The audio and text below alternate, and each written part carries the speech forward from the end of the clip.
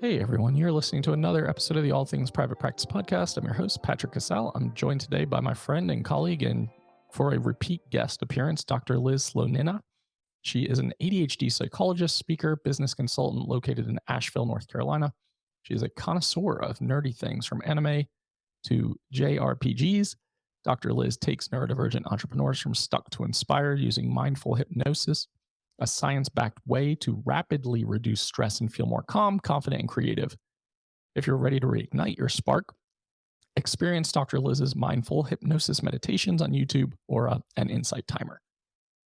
It is really good to have you on here. I know this was kind of impromptu and last minute because I was looking for guests to fill some time while being sick with the flu.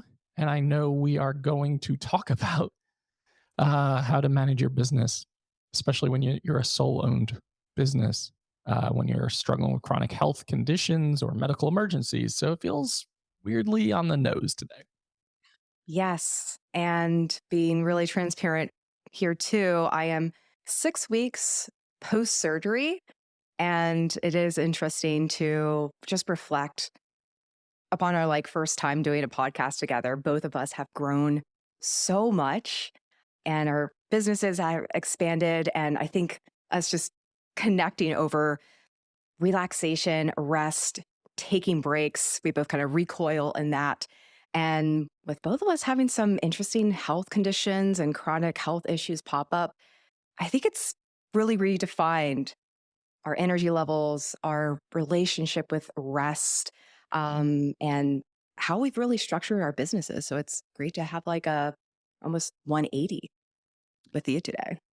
Yeah, it's interesting how life kind of works that way. I know I've talked extensively on this podcast and on Divergent Conversations about the chronic health condition that I have that has impacted a lot of areas of not just my business, but also my personal life, which is just a very rare throat condition that impacts mostly people over 65. I'm 37, 0.001% of the population.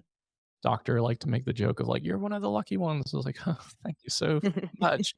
And during surgery number two, one of my vocal cords was paralyzed. So it's really impacted energy. It's almost 18 months, 20 months now at this point in time, and I'm still not fully recovered.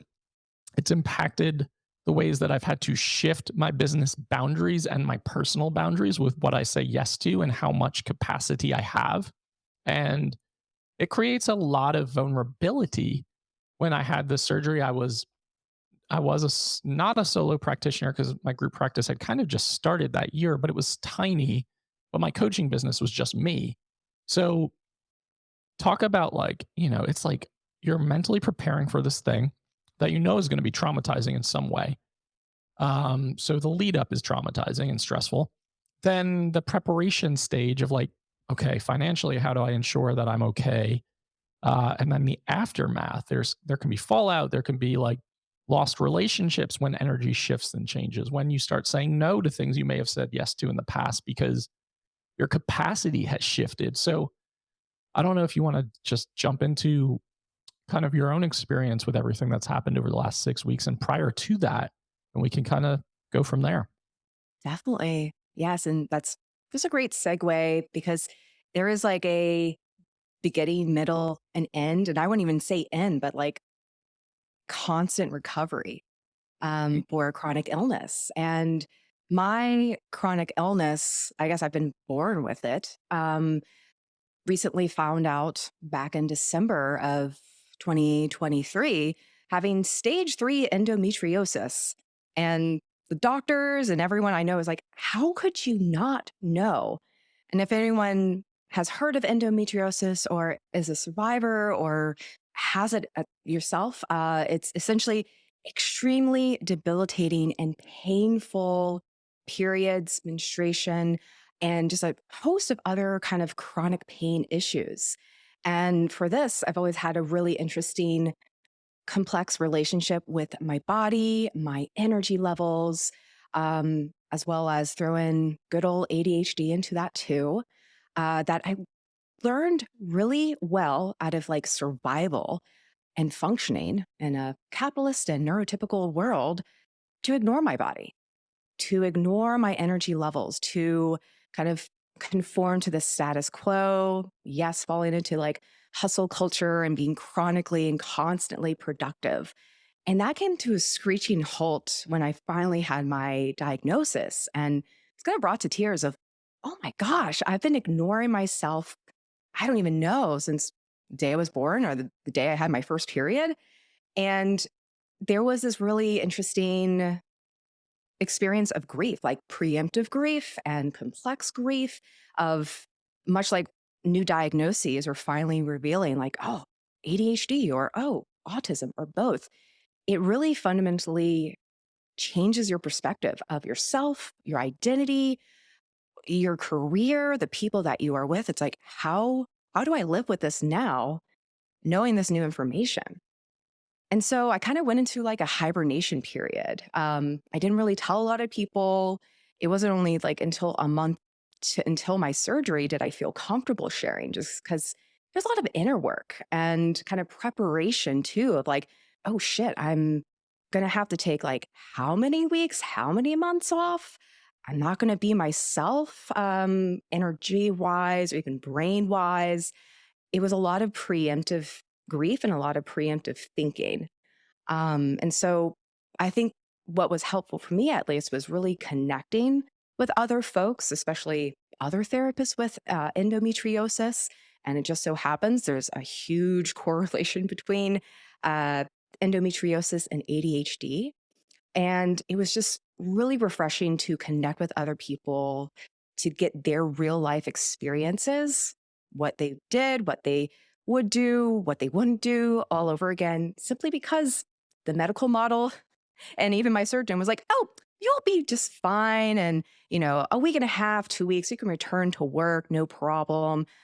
No, I'm so glad that I listened to my friends, my colleagues to take more time than I felt comfortable off and really preparing like preemptively before I even took extended medical leave off to actually enjoy myself. Something that I thought was also really helpful too was kind of almost like a YOLO, a life experience of like, okay, what do I want to do so I don't have any regrets? And that is to travel, to throw a party. And yes, I had a banging hysterectomy party. It was so much fun. And doing some like rites of passage or just ritualizing or like creating a ceremony with close friends of, okay, I'm leaving this past life behind and really entering a new one and trying to really lean into rest, which I've always had a complicated relationship with rest, and in a way, redefining it, making it my own. And still, I'm working my way back up to seeing clients to the degree that I was before. But an interesting thing kind of resulted from this pause and reflection period. And I don't know if this was experienced by you, but for a lot of folks, myself included, was realizing, oh, I don't want to see, 20 clients in a week anymore. I kind of like this ease of being able to have more free time to do hobbies. And so it's really, I'm still like in the mix of it too, of really redefining, okay, how do I want to live my life now? Yeah, thank you for sharing that. Like, because I do think there is an enormous amount of grief that occurs when you have any sort of chronic health condition or diagnosis or life altering circumstance where you're having this like really confusing grief building up to the actual surgery or experience and acknowledging like, well, for me this throat thing is like a lifelong thing, so I also have to acknowledge like this is going to recur at some point, going to have another surgery, so you're almost like out of the woods but not out of the woods, and that is a weird mind fuck of like mental preparation because you're kind of like in the back of your mind always knowing like, so when am I going to have to go through this experience again? Then you have the grief of like your body shifting, your body changing. Like I almost felt like my body betraying me is what it felt like. Mhm. There was like this anger of why me? Because 0.001% of the population is not a big percentage of the population. And it's like, why do I have this unbelievably rare, bizarre throat disorder that nobody knows about? which led to like, oh, the doctors are like, well, it's so rare that we don't really have research on what comes next. And most people are over 65. So maybe it doesn't recur in them because they're at an advanced age. So being 35 at time of diagnosis, it was like, and I had a YOLO experience too in the moment, like after surgery number one, I was like, I'm going to book a trip to Iceland and I'm going to take myself on vacation to clear my head. Never expected it to recur 6 months later and then have to have like open throat surgery. So it's just like one of those things. And you start to have to put all your plans on hold. You start to have to really mentally prepare. And I think we always want to come back quicker than our bodies really allow for. I think that's our medical model in this country, especially of like, okay, you had the thing, you took 4 days off, now get back to it and like start making money again, start being productive again. Mhm. And what ended up happening because my vocal cords got impacted is that it altered everything. Like podcasting could no longer be 4 to 5 times a day. I had to completely eliminate one on one coaching from my business that was flourishing. And probably over the last calendar year, have had to refer out hundreds of people who have reached out to me. That's a massive amount of money that I'm like, well, I can't do it. So I think there's this part of acceptance of like, what am I capable of? What can I actually build into my life to make life more manageable and more enjoyable? Because you have to start learning how to say no to things. And some of that learning is like unpacking our own internalized ableism of like, with as neurodivergent humans, we have to understand we're impacted significantly by stimulation and sensory overload and socializing and executive functioning struggles and all the things. Then you add in this chronic health condition, then there's also so much correlation, right? Like you mentioned, ADHD and endometriosis, neurodivergence and chronic health conditions go hand in hand. Our systems are just vastly impacted. So thinking about like that in a meta perspective, almost moment by moment of like, damn, I really feel uncomfortable in my body all the time. And then I start to piece together all these strange, bizarre ailments. And you feel crazy because you're like going to the doctor, advocating for yourself, usually dismissed or minimized pretty quickly because it's like, no, it couldn't possibly be that thing at that age or whatever. And then lo and behold, you're like, well, of course it was that thing. Um, and it's just very, very challenging. And if you're running a business, you know, your business doesn't really take time off, especially if you're the sole provider and practitioner or entrepreneur. So last year, because this is year number 2 of recovery for me, I felt like I worked so hard in 2022 in build up to that surgery that I almost got to coast through 2023 because like I had made enough money in my coaching business. I had done so well in terms of coaching programs, retreats, all the things, podcast monetization. I was like, I guess I'm going to coast. But it felt like guilt the entire time. Like I'm not doing Yes. anything. Yes. Um, Not doing enough. Look at all this free time on your calendar. I get so antsy because as an autistic ADHDer, I'm like, my ADHD part is like, I need excitement. I need stimulation. I need something. And the autistic part was like, we just lay in the dark for like months at a time and not do any of this. So it was really challenging mentally and physically. And now coming into 2024, it's like finding another gear of energy, but also having to honor the fact that that like full speed ahead mentality that I've had in the past is just a quick recipe for not only autistic burnout, but physical decline. So it really is Yes. about where's the balance in all of this and trying to find some acceptance in that too.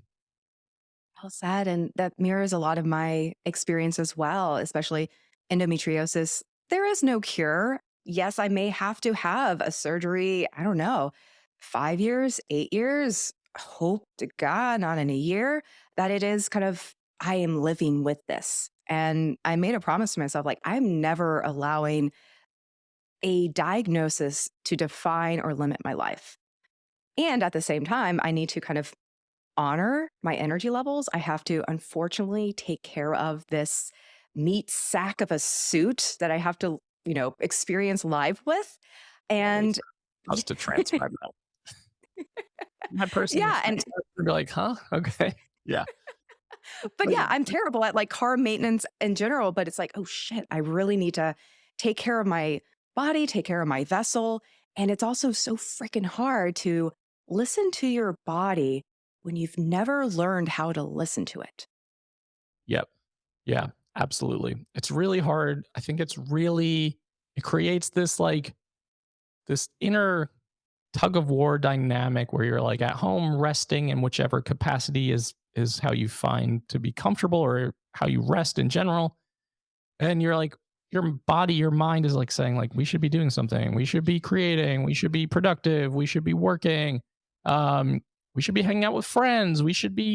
It's 75 degrees out. You should be out walking around the mountains in North Carolina. Like, and then the other part is like, no, like, I don't have it. Like, I just can't.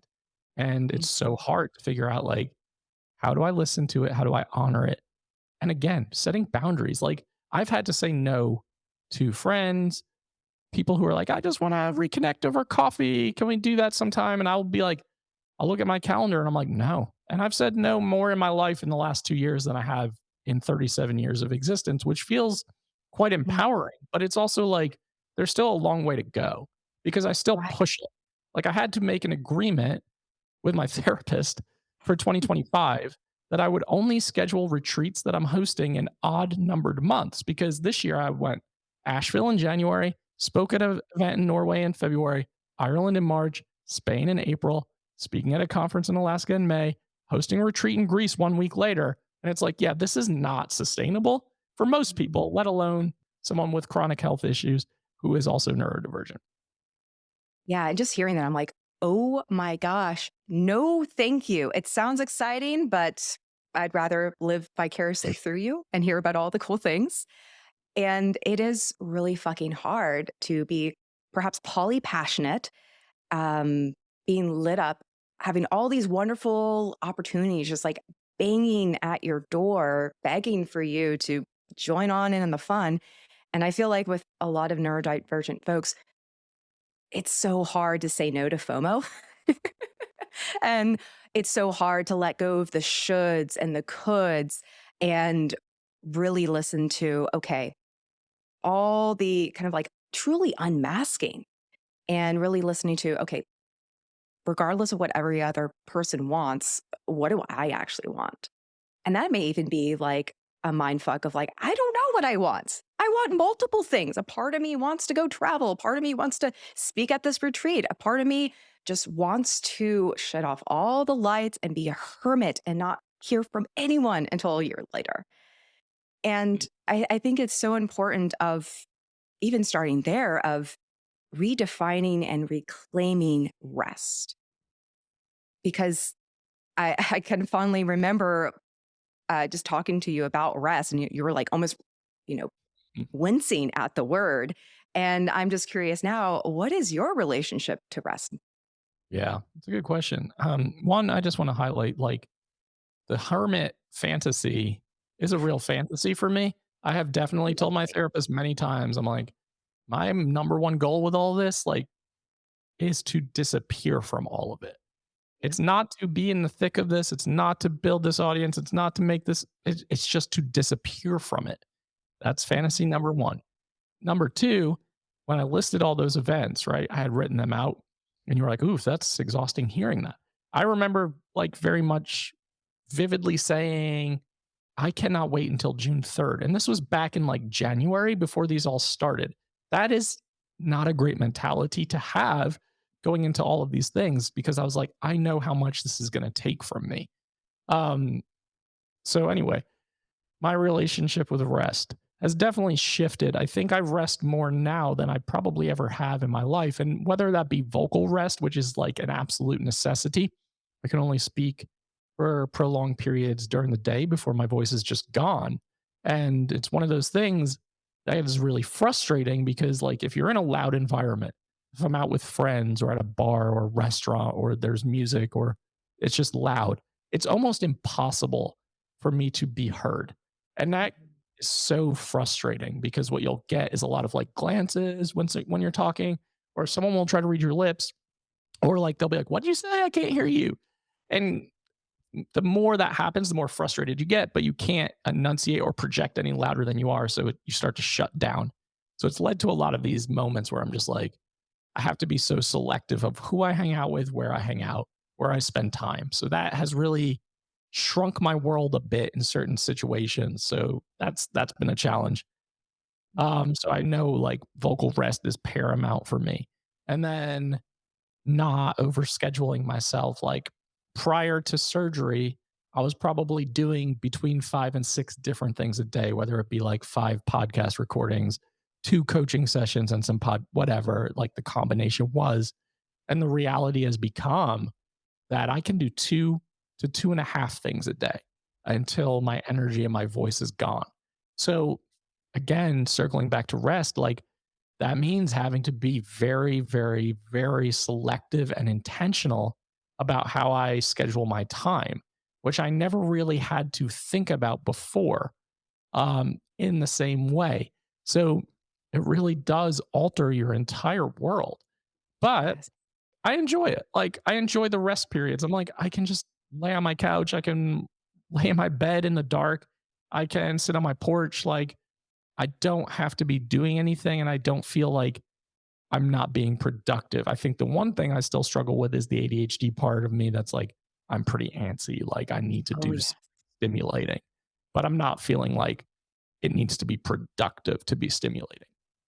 And that's great of just untangling that internalized capitalism, the internalized ableism, all the isms, and really come back home to yourself. Like, come back home to who you naturally are, the unmasked self. And I think that that is so important with a lot of clients and consultees that are, again, ADHD or neurodivergent entrepreneurs. They really struggle with this piece of actually resting and realizing, okay, what do I do with this free time? What is coasting looking like in my business? And letting go of that nagging need to build, build, build, grow, grow, grow, expand, expand, expand, because that's energy expenditure. And for a lot of folks, guiding them through this exercise of redefining rest, like letting go of even the label of rest and realizing, all right, maybe nourishing is a better word to use, or recalibrating, or recovery from weariness. And I really encourage them to redefine that what that word is. And then much like values work, like living true to that. And that flexibility, I think, is really key, especially with the ADHD part or the restlessness, which I really relate to as well. Of I am needing mental stimulation because if I'm understimulated, I will fall asleep. And I don't like being asleep. There's like so much I want to do and experience, play all the video games, go to all the music festivals, and shit. My meat vessel is preventing me or nerfing me from these experiences.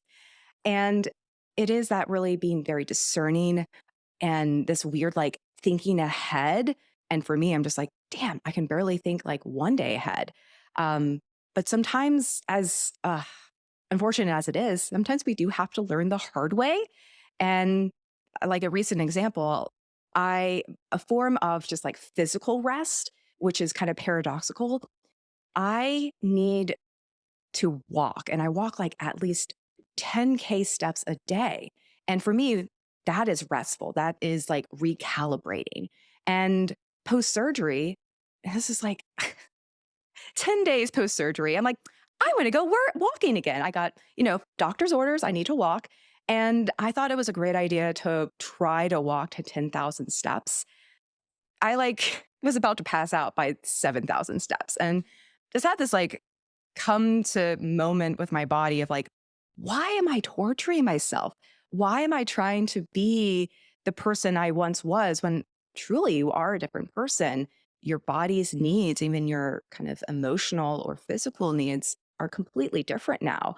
But it's hard to go off script and rewrite this narrative, or dare I say, even explore with what is kind of nourishing, resting, recalibrating, when quite frankly, we don't have great role models or ADHD or neurodivergent friendly ways of rest. because the neurotypical ways, quite frankly, are pretty boring for us. Yeah.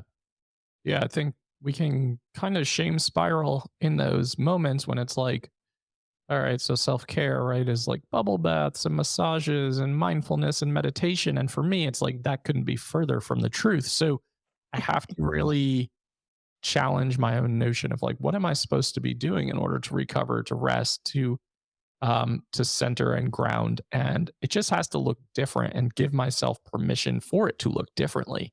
And I think that's important for anyone listening, like figuring out the ways that you do feel restorative or restful or recharged, and doesn't mean having to be still. Because I know when I'm thinking about stillness, I get unbelievably uncomfortable, like crawl out of your skin, discomfort. So instead of like beating myself up for that or being like, see, you just can't do this, it's like, well, if you know you need to be in motion, regardless of whether that feels restorative or not, how can we do this in a way where you also don't have to use like your executive functioning or your mental energy? You just get your body into motion. And sometimes that means like walking my dogs around the neighborhood. Sometimes that means like going for a drive. Sometimes that means like going to kick a soccer ball around like by myself, whatever it needs to be. But it doesn't have to look a certain way. And I think that's really important with all of this stuff. So, and again, like spending time doing things that feel nourishing, whether that's like watching a TV show you really enjoy, or a movie, or listening to music, or playing a game, or spending time with animals that you own or you volunteer with, or like in nature. There are so many ways that you can do these things that it doesn't have to look like I'm going to sit on my porch for 20 minutes in stillness and meditate. That's never going to be me. And it's just going to be frustrating. So I think it's important to just honor what our individual systems need, and being able to really ensure that you are providing yourself with that, because entrepreneurship is a journey, it's a roller coaster, it is stressful. I wouldn't change it for the world, but that doesn't mean that it is a relaxing experience either. No. And the fact that it is so stimulating, so novelty based, so uh, focused on variety, and yes, some natural risk and reward. Yes, that mirrors so well to a neurodivergent lifestyle. And we can't go 150 miles per an hour constantly. But yes, that sustainability piece, that recentering, rebalancing is so important. And I think it's important to go through like the 7 pillars of rest, and that being physical, mental, sensory, creative, emotional, social, and spiritual, which will be very different than the neurotypical ways of these self carry things. And it can be in this way walking through a person. And that's what I got a lot of my clients with is, okay, toss everything you know about self-care out the window and go back to your childhood. Before you knew you were ADHD, before you were taught these messages that you are lazy if you play video games, or you are doing something bad if you don't want to go outside and play, and you'd rather just, watch all the anime or enjoy the cartoons. And it's so interesting of, reconnecting with those parts of yourself, whether you want to use like healing your inner child, or those greeting those exiles, or it's just simply reconnecting to long lost hobbies and interests and values. That's where we can get some permission to play and experience, and realizing, oh yeah, I have not, sketched or drawn in a very long time, or realizing, oh, I had this creative side to myself of, playing piano, or just experimenting with music. And I think it is like this permission, especially for neurodivergent folks and just folks in general, to unmask, to next level, like be authentic to yourself, even if that is, for sensory things, shutting off all the lights and just turning on the fairy lights and getting that appropriate mixture of like stimulation, but not overstimulated. So it is a very nuanced thing, but it is fun just to hear other people's experiences and gain kind of, self disclosure or just examples. Because it's kind of hard to be like, oh, what do I like to do for fun? What is my hobby? Hobby as an entrepreneur? What? This is my hobby. My business can be my life. But really having that diversification, I think, is so key. And finding that community to support you too, and doing weird stuff of, watching Game of Thrones for the third time around, which more power to you. That would be excruciatingly painful. But then again, I've kind of logged in 150 hours of a strategy Japanese game that probably would bore you to hell. No thanks. Yeah. But yeah, And I'm like, I can't wait to go play some more. that's well said. And I think really taking that perspective with all of this and trying to incorporate that more into our lives, because I think if you are a neurodivergent entrepreneur, there are going to be health challenges. There are going to be mental health challenges along the way, um, and trying to really honor like our limitations and our capacities, and just trying really hard to give ourselves permission to do the things that we enjoy doing and not just the things that we feel like we have to say yes to. And saying no is a way to restore and recharge.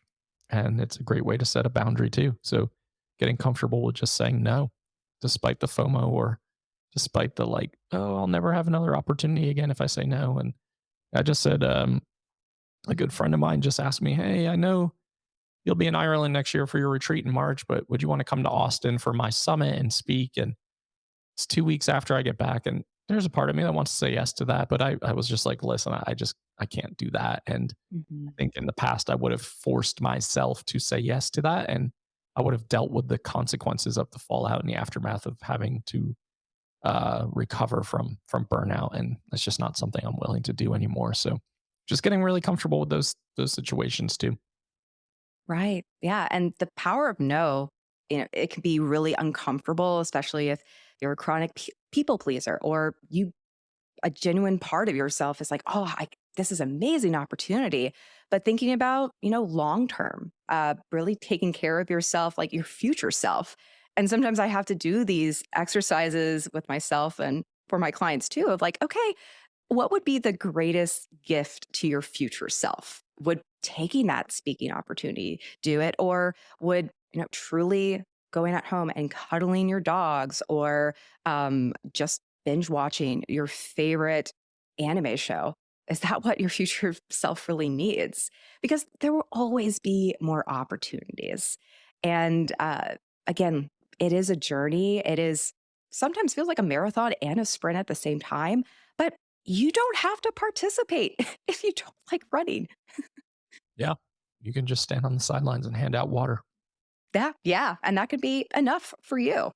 Well, this is a great conversation. I hope it was helpful for everyone listening. Liz, I'm glad you shared some of your story. And it's nice to know that you're trying to just reconfigure things to make it work for yourself. And Mhm. really excited to see where the next year takes you as well. But please tell the audience where they can find more of what you do have going on. So, and we'll also link all of what Liz is about to list in the show notes as well. So you have easy access to all of those things.